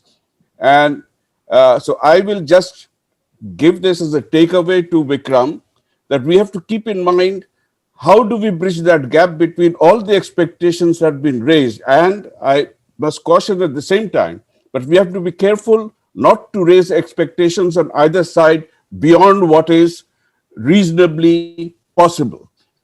Raising expectations very high and not delivering has a backlash. And after all, backlash is the point Imtiaz made. Geopolitics is where humans create geopolitics. The perceptions come in. Each feeds into the other. And when it feeds into the other, it becomes a vicious chain cycle. That's all. Yeah. Thank you. Yeah, diplomacy is always very challenging, and that's why we all are retiring. We have all retired from it. Well said, sir. That's not yet an option, but I look forward to it soon. But just to quickly come back on a couple of points here. First, I think the idea of emerging issues, thank you for letting me focus on that. As I wanted to suggest, I think trade and investment and the trifecta of trade, investment, and finance is critical. One of the areas I've been very keen on is to look at ways in which we can simplify the movement of money. In other words, simplifying payment systems and clearance systems, because there's also a people's benefit to it. So for people who travel across the borders, to be able to have a simplified mechanism for a rupee taka clearance, this would be the simplest and best way of reducing the salience of the grey market and the high cost of transaction that is involved. Gradually, that could expand to beyond retail in finance terms, banking retail, to the trade side. I think there is need for us to simplify the mechanisms through which, or expand the mechanisms through which developmental activity takes place. This could include moving towards an arrangement for PPP-based activities by Indian companies and Indian Bangladeshi joint ventures for infrastructure development, rather than merely looking at lines of credit. I think there are opportunities for more interesting financing schemes to which Dr. Femida Khatun referred, which is to utilize new multilateral sources of money for us to create partnerships in industry and infrastructure in Bangladesh. And I think there is clearly an opportunity for us to look at the maritime domain. Ambassador Tariq Karim is aware that I've been talking up the idea of a new Bay of Bengal center.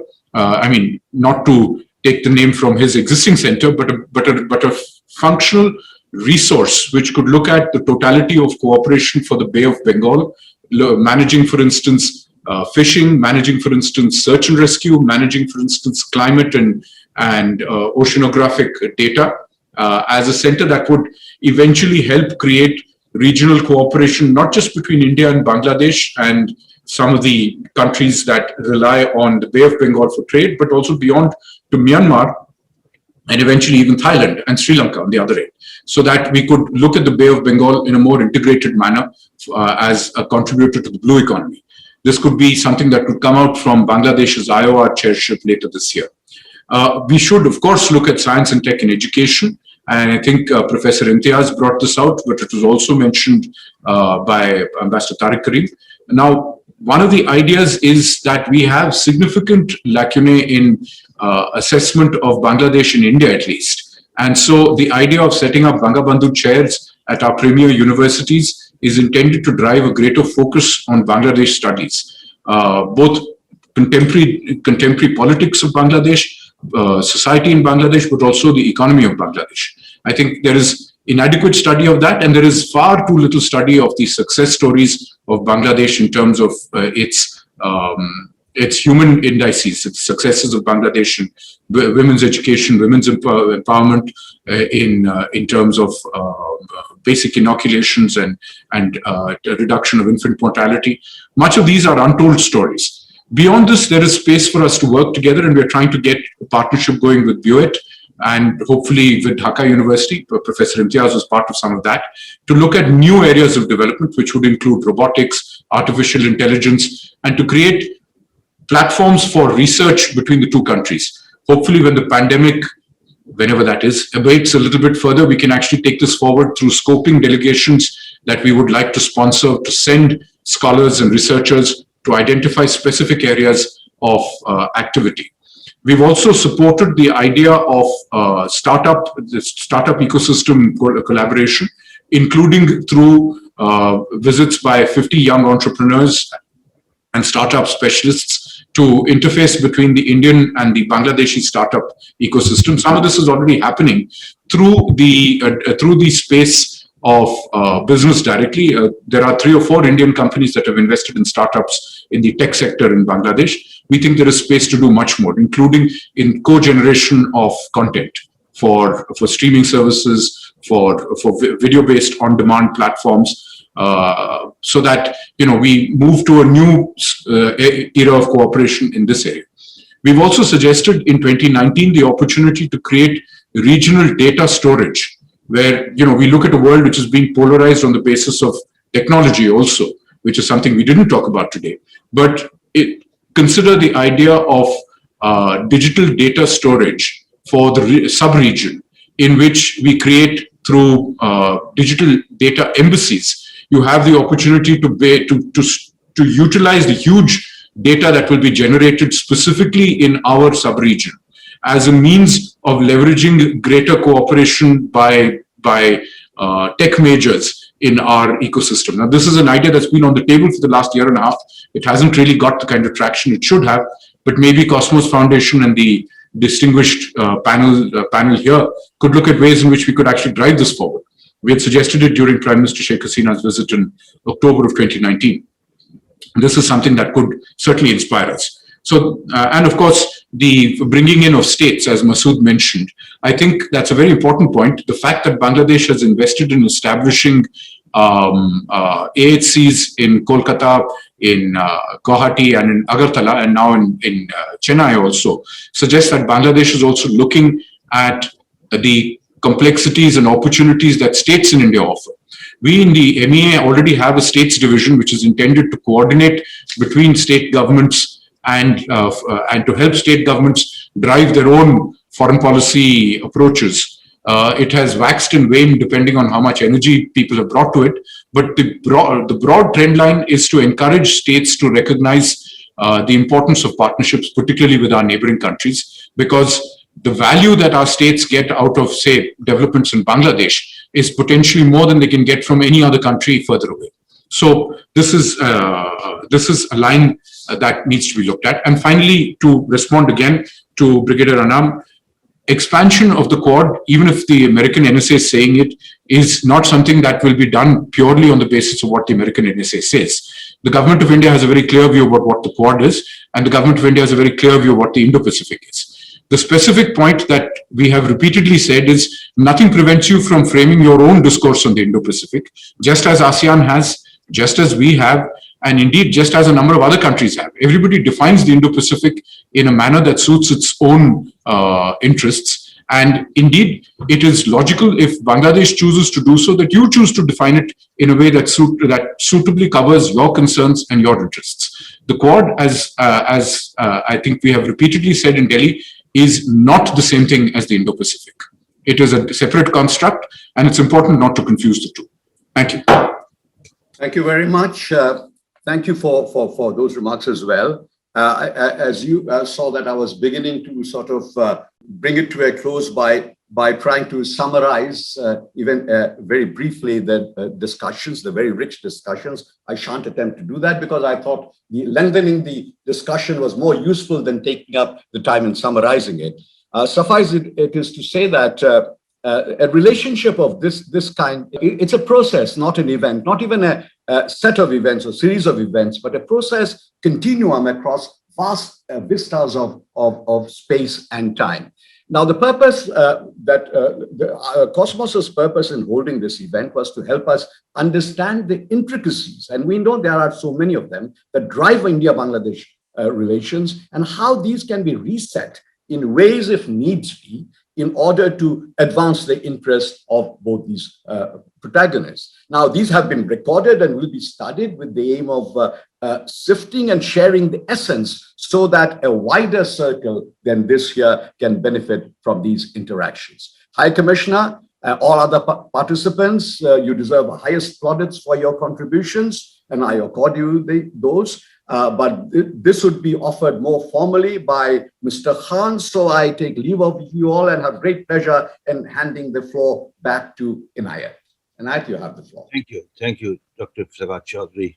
Special thanks that High Commissioner Doraisamy for his excellent keynote. The sheer breadth and range of his presentation would certainly be both educational and enlightening for all who view it. But it also stood out for his attention to detail and frankness that would fill all Bangladeshis with the confidence of having a trusted partner across the table. The subject of Bangladesh-India relations is critical to both our countries. They reflect historical friendship, which, however, need to be invigorated by periodic examination such as this. Each one of our participants has made significant contribution. We will ensure that a far wider audience would benefit from the contents of these stimulating deliberations, which will premiere following some necessary edits. I would also like to thank all those who have added to the richness of our discussions: Ambassador Tariq Karim, Professor Raja Mohan, Professor Imtiaz Ahmed, Ambassador Srinivasan, Dr. Debapriya Bhattacharya, Major General Munir Zaman, Dr. Fahmida Khatun, and Brigadier General Shahid Anam Khan. They have all added to the storehouse knowledge with regards to the issues that mark this critical component of the foreign policies of Bangladesh and India and their domestic ramifications for both. I'm pleased to note there is almost unanimous agreement that the prospects are by and large brighter. As long as we play our cards right, both sides can look forward to benefiting from the relationship, is stable and predictable in the days ahead. With all the heritage and commonalities of culture and history that we share, it is still the best bet to provide the foundation for a prosperous and sustainable relationship. Last but not the least, I would like to thank our chair, Dr. Iftikhar Chaudhry, for his dexterous conduct of the deliberations with his characteristic aplomb and flair. My colleagues at Cosmos Foundation, especially Nahar Khan and Nabila, and other members of my team have worked relentlessly for the success of this event, and I'm thankful to all of them.